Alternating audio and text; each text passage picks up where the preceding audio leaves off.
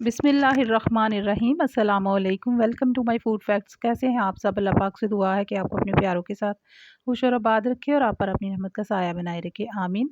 आज मैं sweet corn उबाल के उसको महफूज करने का तरीका, बहुत ही आसान तरीका आपको सिखाने लगी हूँ। तो आजकल क्योंकि सीज़न है और छल्ली जो है वो ज़रूर खानी चाहिए, सेहत के लिए इसमें बहुत सारे फ़ायदे हैं।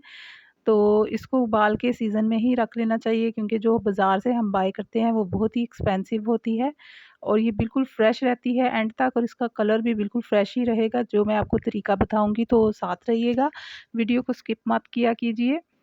तो यहाँ पर देखिए, मैं सबसे पहले आपको इसको खोलने का तरीका बता देती हूँ, क्योंकि ये भी काफ़ी लोगों को मुश्किल लगता है। तो आसान तरीका आपको सिखाती हूँ। अगर छुरी से करेंगे तो दाने इसके जो हैं आधे आधे कट जाएंगे।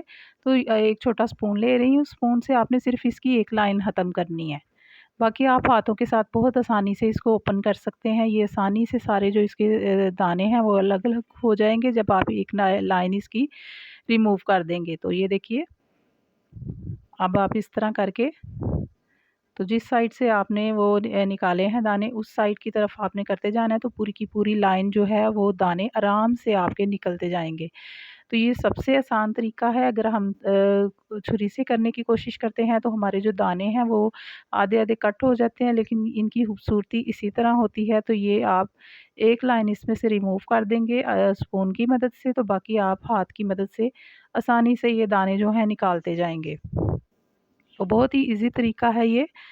तो साथ ही मैं आपको कुछ कॉर्न के फ़ायदे बता देती हूँ। ये जो हमारे जिसमें बैड कोलेस्ट्रॉल होता है, अगर आपको कोलेस्ट्रॉल का मसला है तो ये खानी शुरू करें, तो वो बिल्कुल इससे ख़त्म हो जाएगा कुछ ही दिनों में।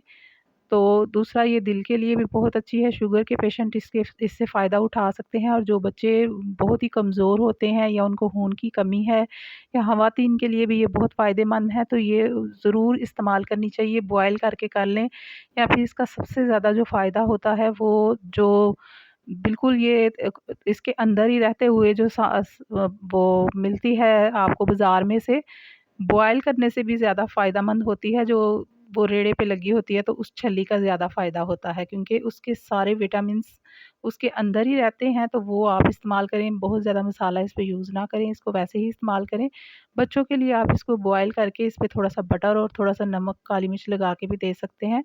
तो इससे जो खून के रेड हलिये बनते हैं ना, बहुत ही ज़्यादा तेज़ी से बनते हैं और खून की कमी से दूर होती है।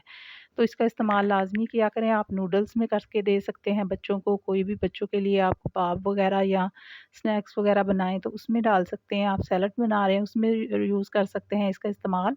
तो बॉयल करके आप इसको चाहें तो 1 साल के लिए सेव कर सकते हैं, या सीज़न के सीज़न आप कर लें, तो जब दूसरा सीज़न आता है तो उस सीज़न के आने तक ये बिल्कुल आपके पास फ्रेश ही मौजूद रहेगी। तो चलिए, इस तरह से सारे दाने जो हैं इसके मैं रिमूव करके, तो फिर मैं आपसे मिलती हूँ कि इसको कैसे हमने बॉयल करके तो इसको सेव करना है। तो साथ ही मैं आपको ये बता दूँ कि जिन लोगों को कब्ज़ का मसला रहता है वो भी इसका इस्तेमाल अपनी ज़िंदगी में लाज़मी किया करें, बल्कि आज से ही शुरू कर दें। एक तो कोलेस्ट्रॉल के लिए, एक कब्ज़ के लिए। इसको खाने से पहले या खाने के बाद 1 घंटे के बाद आप एक छल्ली पूरी खा सकते हैं। तो इसमें क्योंकि फ़ाइबर काफ़ी मिक़दार में होता है तो आपका ये मसला भी सॉल्व हो जाएगा। अब सबसे पहले मैंने पानी को बॉयल करने के लिए रख दिया है। इसको मैंने पहले अच्छी तरह से वॉश करके स्टेन कर लिया है, और अब हम इसमें बॉइलिंग पानी जो मैंने करना रखा हुआ था उसमें मैं ये सारी जो कॉर्न है इसमें डाल दूँगी। और जो हमारे जो कोई बारीक वाले सही दाने नहीं होते, जो कि बॉयल करने के बाद भी उनकी शक्ल अच्छी नहीं रहती, या फिर वो मतलब इस काबिल नहीं होते कि आप उनको सेव कर सकें, तो वो आप निकाल देंगे। इस तरह ऊपर आ जाएँगे वो, तो आप स्ट्रेनर की मदद से उसको निकालते जाएँगे। और जो भी उसके कोई थोड़े बहुत छल्ली के साथ बाल या कुछ होते हैं, वैसे तो मैंने सारे वॉश कर लिए, लेकिन फिर भी कुछ थोड़े बहुत ज़र्रात होते हैं, तो वो भी उस स्ट्रेनर से आप साथ-साथ निकालते जाएँगे। अब यहाँ पर मैंने नमक डाल दिया है। नमक मैंने बिल्कुल थोड़ा-सा यूज़ किया है, आधा चम्मच तकरीबन। ये देखिए, मैं इसमें साथ-साथ जो हम हल्के होकर दाने ऊपर आ जाते हैं ना, वो मैं रिमूव करती जा रही हूँ, क्योंकि हमने बाद में बहुत अच्छी तरह से इसको सेव करना है। तो बहुत ही प्यारी सी शक्ल के जो दाने होंगे वो हम सेव कर लेंगे। जो इस तरह के होंगे वो मैं निकाल देती हूँ, जो कि हल्के-फुल्के। अब तकरीबन इसको 4 से 5 मिनट आपने बॉयल करना है, और मैंने 1 चम्मच इसमें चीनी का भी डाल दिया था। चीनी डालने से एक ये फ़ायदा होता है कि आपका जो ये छल्ली का देखिए कलर कितना प्यारा आ रहा है। इसमें मैंने कोई कलर वगैरह यूज़ नहीं किया, बल्कि मैंने एक आधा चम्मच नमक का और 1 चम्मच मैंने चीनी का ऐड किया था। चीनी की वज़ह से एक तो ये जो आप सेव करते हैं इसका कलर एंड तक उस तरह ही रहेगा जैसे कि आपका होना चाहिए। दूसरा ये कि ये इसका जो सेव करने का जो तरीका है, जो प्रोसेस है, वो भी आपका इस चीनी की वजह से बिल्कुल सही रहेगा और इसका जायका भी अच्छा रहेगा, बिल्कुल फ्रेश जैसा। और यहाँ पर मैं चेक कर रही हूँ तो बिल्कुल ये सॉफ़्ट हो चुकी है। तकरीबन मैंने इसको 5 से 6 मिनट इसको बॉयल किया है। अगर आपकी छल्ली किसी वजह से बॉयल करने के दौरान सख्त हो गई है या वो नहीं दाने उसके नरम हो रहे, क्योंकि क का बाज़ औक़ात ऐसा होता है कि काफ़ी टाइम लग जाता है जो कि बॉयल करने में मुश्किल होती है। तो फिर आपने इसमें थोड़ा-सा 1 पिंच जो है ना वो मीठा सोडा जो खाने में इस्तेमाल होता है वो आप डाल लेंगे। लेकिन ये मैंने इसी तरीके से बॉयल की है क्योंकि ये बिल्कुल फ्रेश थी। साथ ही हमने एक बाउल में मैंने बिल्कुल यख ठंडा पानी रख दिया था बर्फ़ वाला।